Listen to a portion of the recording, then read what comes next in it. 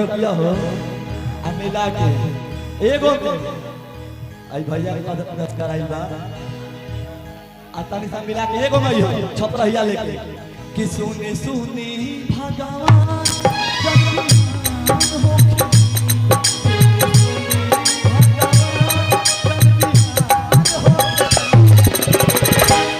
आवा है काहे भागत रे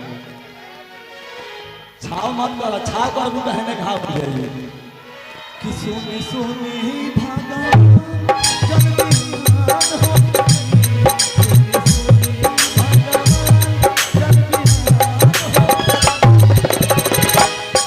अपना राजा जी के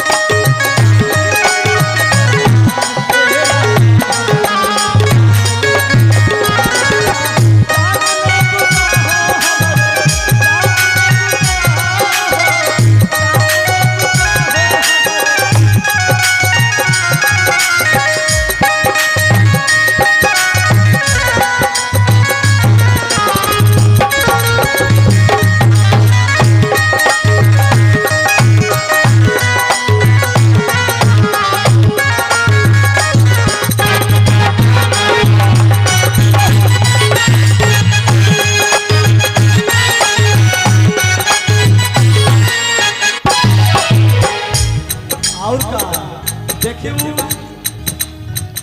लड़की के ललक जना के नया नया शादी होला तभी सहने अब तनी सोच